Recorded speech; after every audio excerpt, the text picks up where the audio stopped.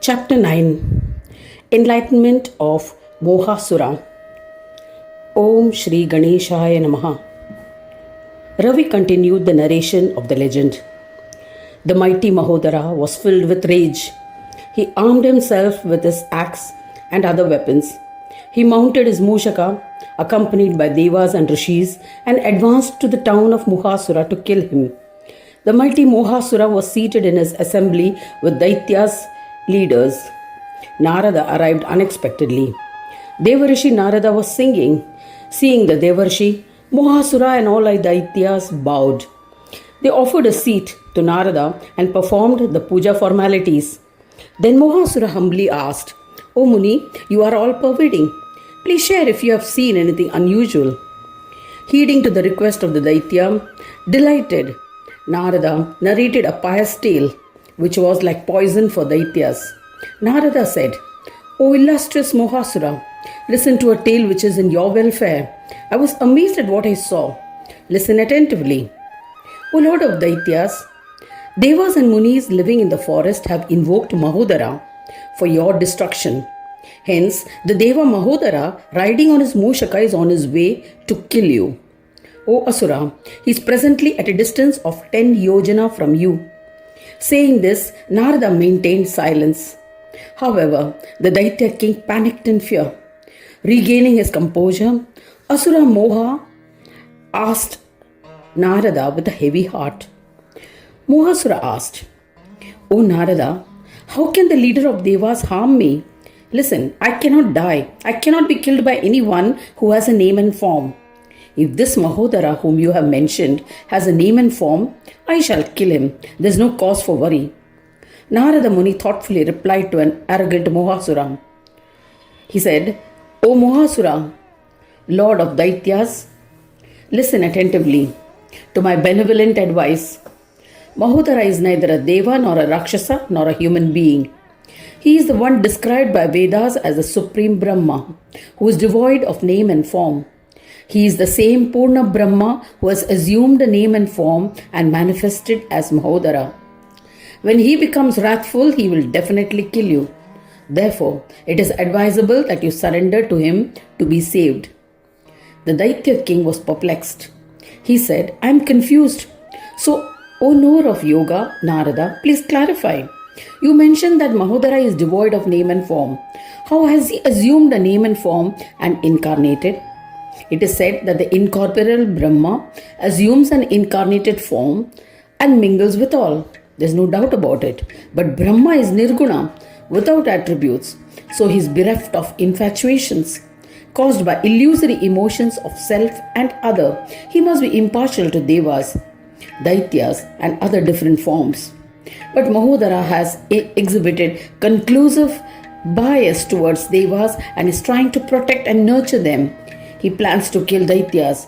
Why is it so?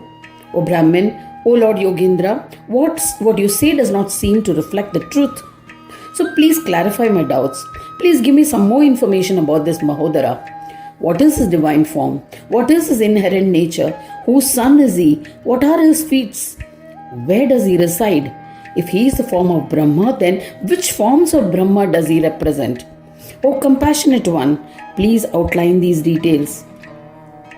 Surya continued the narration. He said that when thus asked, the Mahayogi, Aganapatya, and illustrious Narada recounted what had been told to him in the past. He explained, "O fortunate one, Mohasura, your intelligence is comparable to a yogi. What you have queried is his form of yoga. Hence, I am extremely happy. Udaitya, when you comprehend the yogic nature of Dundi, you will be enlightened about yoga. Listen to it with one pointed focus. Comprehend that 4 types of worlds are endowed with a name and form. Dehi is the Atma or soul that resides in the Deha. It is devoid of a name and form and exists in every being in the world. O Daitya king, Bodha or awareness is created in the Sharira when the Sanyoga of Deha and Dehi occurs. This has been acknowledged by all. You must try to comprehend the description of Brahma which has been expounded in the Vedas.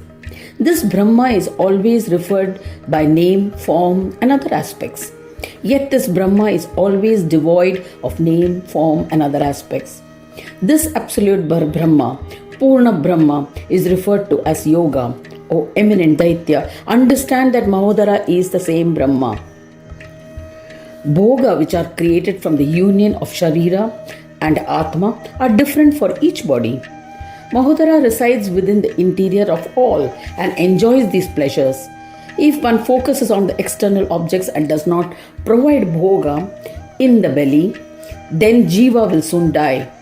All Brahmas and living beings are absorbed in the enjoyments created by them. The immortal Atma that exists in every Sharira may appear different because of the differences in body types, but in reality, the soul is an undivided singular form. Hence, all the bhoga in this world are of one category. Dehi and Sharira are both partakers of these pleasures. The belly of the Deha of every Jivatma is different, yet it is a part of the Atma.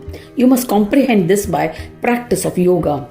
If both Vishwa and Atma are devoid of bhoga, then why would they strive and make an effort? Vishwa, endowed with name and form, has been created for bhoga.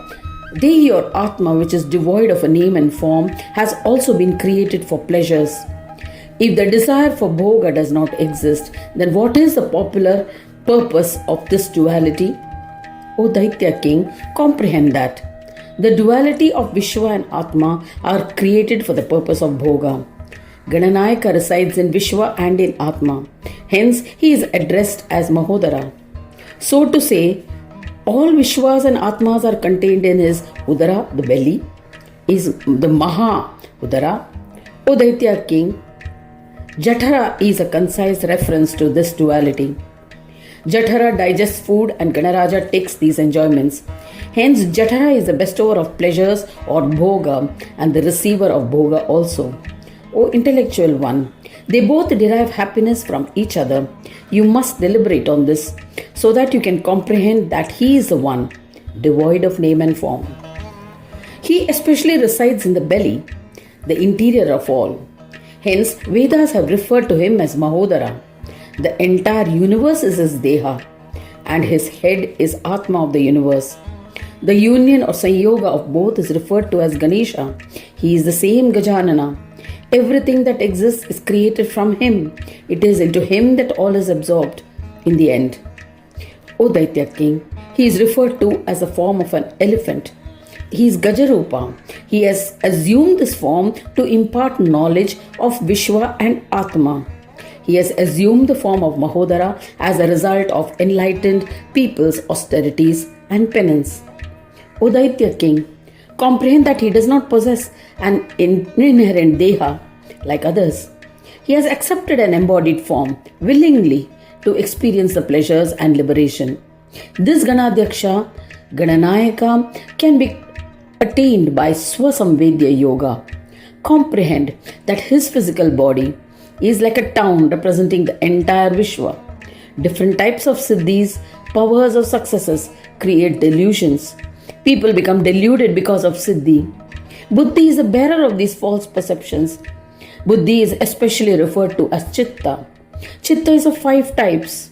Its Aishwaryas are a creator of delusions. By forsaking them, both Siddhi and Buddhi, a yogi achieves peace. Mahodara is the lord of Siddhi and Buddhi. Hence, O Mahadeitya, you must worship him. If not, he will definitely kill you. He is the creator of this Vishwa, inhabited by Devas and Danavas. He has also assigned duties to Devas and Danavas respectively. Vignapa conducts his divine games through both. O Prabhu, when Devas prepare to kill Daityas, this Siddhi bestowing Lord helps the Daityas. He assumes an embodied form and grants Daityas a boon. There is no doubt about it. Comprehend that this is the nature of Mahodara. When Daityas collectively decide to destroy the Devas, he assumes an embodied form and kills Daityas. There is no doubt about that. O Daitya king, Vedas have mentioned that the number of Devas has been predetermined. They do not increase, nor do they die. Hence, he does not kill them. Daitya forms are innumerable. They are subject to birth and death. So Brahmanayaka Ganesha kills them. When both Devas and Daityas observe their respective dharma, Paramatma resides in the belly in the form of yoga.